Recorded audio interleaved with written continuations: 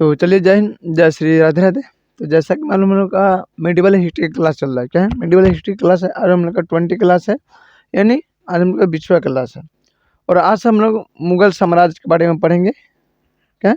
आज हम लोग का प्रॉपर मुगल वंश का क्लास हम लोग का चालू हो गया। ठीक है, तो चलिए, आपको पता है कि मुगल वंश का संस्थापक कौन है? तो बाबर है। और ये कहाँ का था? तो तुर्की तैमूर के रहने वाला था। ठीक है, और ये इसका जो पिता के नाम है, बाबर के पिताजी के नाम, उनका नाम है उमर शेख मिर्जा। ठीक है, जो कि एक फरगाना नाम के एक छोटे से बस्ती के क्या थे? शासक थे। और इनका मृत्यु के बाद देखिएगा, जो कि 8 के इनके जब पिताजी का मृत्यु हो जाता है तो 8 जून 1494 को ये फरगाना के शासक बनता है। ठीक है, और बाबर ने ही पदशाही जो कि शासन ये उपाधि का व्यवस्था किया था। आपको पता है कि पदशाही के अंदर मतलब बादशाह, जैसे कोई व्यक्ति अगर गद्दी पर बैठेगा तो बादशाह कहा गया, इसको क्या पदशाही कहा जाता है। और पद का मतलब कि एकदम सीक्वेंस में सीक्वेंस। ठीक है, तो चलिए हम लोग अब बाबर का हम लोग पढ़ लेते हैं। तो देखिएगा, बाबर का जो कि शासनकाल रहा था, वो बाबर का जो शासनकाल है वो 1526 से लेके 1530 के आसपास उसका शासन चल रहा है भारत में। ठीक है, और 4 साल के बाद 4 साल तक पूरा अपना युद्ध में ही बर्बाद कर दिया। बस क्या है, ये 4 साल को अपना युद्ध में ही बर्बाद कर दिया। ठीक है, थोड़ा सा दिक्कत आ रहा है, आप इसको चलिए ठीक है।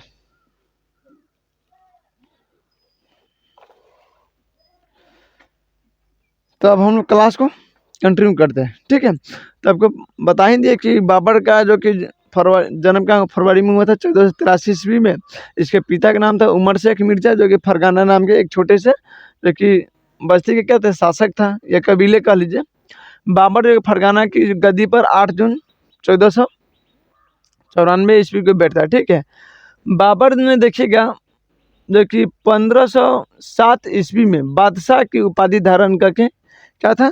ये गद्दी पे बैठा। इससे पहले कोई भी तैमूर शासक, मैंने इसके जो उमर पिताजी थे, मामा जी थे, कोई जो कि शासक ने बादशाह की उपाधि धारण नहीं किया था। ठीक है, जिसके देखिएगा अब तक किसी तैमूर शासक ने ये धारण नहीं किया था। बाबर के देखिएगा 4 पुत्र थे। आपको क्या कि बाबर के कितने पुत्र थे? 4 पुत्र थे। एक तो हुमायूं था, जो कि यही आगे जाके पूरा मुगल वंश का विस्तार किया, मैंने छीटा छाटा। बाकी जो 3 जो उनका पुत्र था, कमरान और अक्सारी और हिंदाल। ठीक है, हिंदाल, ये तीनों मर गया, मार दिया ये हुमायूं का। क्या हुआ? पहले गद्दी के लिए बड़ा दिक्कत होता, आज भी तो वही काम होता है। एगो रामायण है कि जो पता चलता है कि गद्दी के कोई अहमियत नहीं है, राज्य के कोई अहमियत नहीं है, भाई और प्रेम से बड़ा। बाकी जो इसके बाद जितना देखिएगा, सब लोग तक कटा मारी, आज भी वही चलता है। ठीक है, कोनो बड़का बात नहीं। देखिएगा, इसने ही देखिएगा भारत पर आक्रमण किया था बाबर ने, क्योंकि 5 बार आक्रमण किया था भारत पर। बाबर का जो कि भारत के विरुद्ध किया गया प्रथम अभियान जो था 1519 में किया गया था। कब किया गया था? तो 1519 में किया गया था बाबर के द्वारा प्रथम भारत के विरुद्ध अभियान। और ये कब, किसके शासन में? ये हुआ था यूसुफ जाही जाति के विरुद्ध किया गया था। पानीपत की जगह प्रथम युद्ध में बाबर ने पहली जो कि बार जो कि तुगलक, ठीक है, हाँ, तुगलमा युद्ध नीति का क्या था?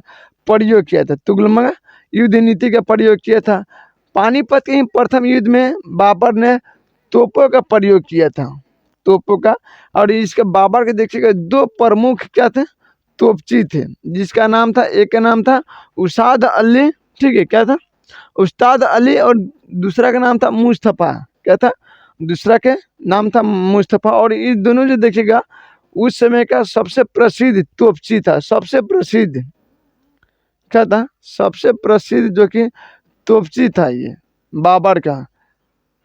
अब प्रसिद्ध का मतलब जानबे करते हैं कि प्रसिद्ध का मतलब होता है कि कोई अच्छा दिल दरिया, कोई चाहे मान लीजिए कि अभी दिन में बड़ा बड़ा साधु संत हो गए, या कोई ऐसे व्यक्ति हैं जैसे रतन टाटा थे, तो बहुत बड़े क्या थे वो, प्रसिद्धि में दान पुण्य धार्मिक व्यक्ति थे, किसी भी दान में बहुत बढ़िया कर देते थे।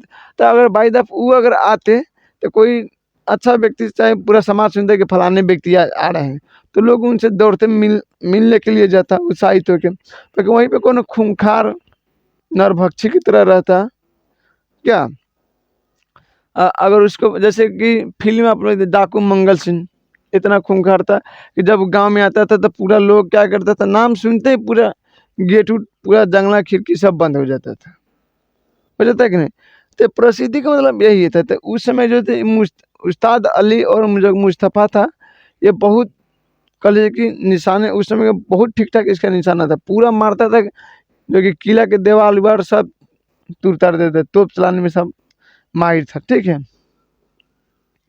तो उस समय जो कि ये बाबर के दो प्रसिद्धि क्या थे, तोपची थे, निशानेबाज थे, जिसने पानीपत के प्रथम युद्ध में भाग लिया था और जीत भी गया। बाबर को अपने उदारता के लिए इसको कलंदर की उपाधि दी गई थी। मैंने कलंदर का मतलब समझ रहे, ये क्या था, लोगों का मैंने उतना क्रूर शासक धनानंद की तरह नहीं था, ठीक है, अजात शत्रु की तरह नहीं था, औरंगजेब की तरह भी नहीं था, मैंने उदार नॉर्मल था। जैसे कि बाप अकबर भी आप देखे होइएगा, तो अकबर भी तो ठीक ठाक था, बस समझ रहे। तो ठीक उसी तरह बाबर था, सबको तरह इज्जत सम्मान हर एक चीज़ दान पुण्य सब करते रहते थे, तो इसलिए इसको कलंदर की उपाधि दिया गया, ठीक है। क्या बाबर को कलंदर की उपाधि दी गई।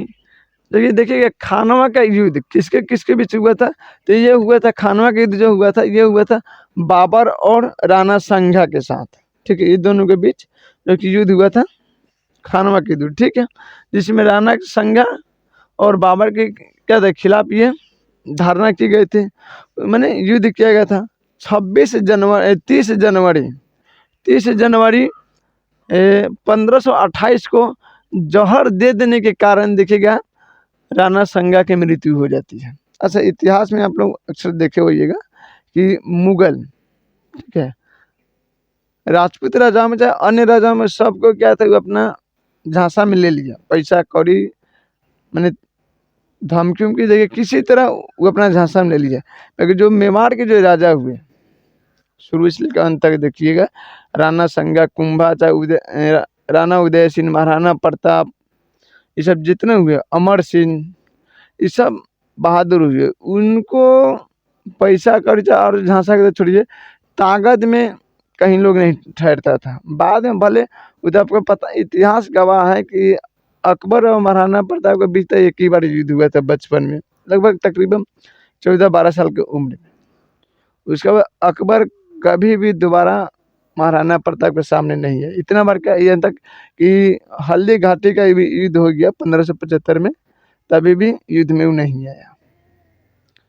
पक्का कि जैसे बहलोल खान का एक ही तलवार में घोड़ा सहित दुआधा किया गया था, वो भी हो जाता है, ठीक है। तो इतना इतिहास गवाह है कि जो मेवाड़ के राजा उसको कभी नहीं झुका पाए, कोई भी अफगान हो चाहे मुगल हो चाहे कोई भी, उसको झुका नहीं पाए। हल्दी घाटी के युद्ध के बाद महाराणा प्रताप भले घास की रोटी खाए थे, बाद में वही लौट के आया, फिर चित्तौड़ क्या था अकबर से छीन लिया, ठीक है, बस में। तो भले देख दे क्या था, बाबर ने जब राणा संगा के फेस टू फेस जब आदमी नहीं लड़ पाता है, तो आदमी जैसे लोग कहता ना कि युद्ध में 4 गो नीति अपनाए रहते, साम दाम दंड भेद, ठीक है। पहले क्या है समझाइए, उस न बात माने तो उसको क्या है दाम लगाइए, ठीक है, साम दाम, ठीक है, तब दंड, दंड से ना समझे तब भेदभाव करा दीजिए। अगर इसका भाई है वो सब, तब अगर दंड दीजिए, मारपीट किया, अगर नहीं सुधरा तो इसका क्या कीजिए, अब उसका भाई में लड़वा दीजिए, अट्टी पट्टी में लड़वा दीजिए। तो ये कहते हैं भेद है, भेद सबसे लास्ट में यूज किया जाता है। तो राणा संगा का फेस टू फेस आदमी नहीं कर पाया, तो क्या हुआ था ना कि उसको जौहर दे के मार दिया, ठीक है। उस समय 20 कन्या का मतलब आप लोग समझिए कि लड़की होती थी, और वो जन्म से कोई थोड़ी है कि नाग कन्या है। बट जैसे वो जन्म लेती थी तो आदमी छोड़ उड़ देता था, उस समय पूरा समझ बहुत तकलीफ होता था ना, तो आदमी छोड़ भी देता था लड़की उड़की के चाहे लड़का के। तो उसको बचपने से उसका नस में खाना में हल्का हल्का विष दिया जाता था, क्या कि जब 20-25 साल के हुए तो क्या हो जाए कि एक उसका शरीर ही पूरा विष से भर जाए। और जिसको क्या करते कि एक में नाखून मारती शरीर का स्पष्ट करते तो आप टपक जाते, बात समझ रहे हैं। तो उस समय 20 कन्या 12 गुप्तचर में यूज हुआ करता था। तो इसलिए देखिएगा राणा संज्ञा को जहर दे देने से क्या उनका मृत्यु हो गया। ठीक है, बाबर ने देखिएगा बंगाल के जो शासक था नुसरत शाह के साथ क्या था 6 मई 1529 को ये एक देखिएगा एक दूसरे के संप्रभुता का सम्मान करने का वादा किए थे। मैंने कहने के तात्पर्य है कि बाबर ने जो कि बंगाल के शासक थे नुसरत शाह उनके साथ एक संधि किया, क्या थे संधि किया। और संधि में कहा बाबर ने कि देखिए हम एक दूसरे के संप्रभुता यानी राज को गद्दी को सम्मान करेंगे, हम दोनों एक दूसरे में व्यापार सब करते रहेंगे, एक दूसरे की सीमा को रक्षा करेंगे, हम कभी एक दूसरे के विरुद्ध नहीं जाएंगे, हम लोग आक्रमण नहीं करेंगे। बट इसका कुछ एक शर्त है। तो बाबर ने कहा तो पूछा कि क्या शर्त है, नुसरत शाह जो बंगाल के शासक थे तो बोले कि यही है कि आप अफगानों के लोगों का जो अपना अफगान विरोधी है उनके क्या पनाह ना दीजिए, शरण न दीजिए। ठीक है, जैसे कि आज के डेट में पाकिस्तान को यही लोग समझाता है कि तू हर एक चीज़ करो बाकी आतंकवादियों को पनाह मत दो। क्या करो, आतंकवादियों का पनाह तुम मत दो, उसको पालो मत। आस्तीन के सांप पालोगे तो एक दिन खुद ही इसमें दब के मरोगे, तुमको ही काटेगा ही। काटता है, देखते हो कि जने तेने जनती है आदमी पढ़ता है वो कहते बोलता है कि नवाज हुआ उसमें जाकर बम फोड़ देता है, तो जैसन करेगा वैसन पाएगा ना भाई। तो वही पाकिस्तान के कहा जाते। तो ये जो थे नुसरत शाह से वो कहा था बाबर ने कि आप अफगानों लोगों का क्या कीजिए, आप इसको पनाह मत दीजिए। ठीक है, तब इस संधि को हम स्वीकार करेंगे। ठीक है, ठीक है हम शरण नहीं देंगे। तो देखिएगा करीब जो कि 48 वर्ष की आयु में बाबर की मृत्यु हो जाती है। 48 वर्ष की आयु 50 बेचारा पूरा नहीं कर पाया और उनका मृत्यु हो जाता है बाबर का। ठीक है, तो 48 वर्ष की आयु में देखिएगा 26 दिसंबर 1530 को इसका मृत्यु होता है आगरा में। ठीक है, और मृत्यु हो जाने के बाद ही देखिए शुरू में ही बाबर के जो कि शव को आगरा के जो कि आराम बाग में दफनाया गया था। तो जब बाबर का मृत्यु हो जाता है, ठीक है, तो बाबर के जो कि शव थे उसको फर्स्ट तक कहाँ दफनाया गया था, तो आगरा में एक आराम बाग है, क्या है आराम बाग, तो उस आराम बाग में इसको दफनाया गया था। ठीक है, बाद में क्या हुआ कि जब बाबर जीवित था तो उस समय उन्होंने एक जगह को चयनित किया गया था कि जो हम जब मरेंगे न तो हमारा शव के यहीं पे लिया के दफना देता। वो था काबुल में, क्या था काबुल। ठीक है, तो काबुल में उसने उसके द्वारा चुने गए जो कि स्थान पर फिर यहाँ से उखाड़ के ले गया था जो कि आराम बाग से, और वहाँ जाके दफना दिया कि चल इतना ही रहा। बाबर की जो कि मातृभाषा जो थी वो तुर्की थी। ठीक है, बाबर का मातृभाषा ठीक है कौन थे, तुर्की थे, बट उसको अरबी भी आता था, फारसी भी आता था।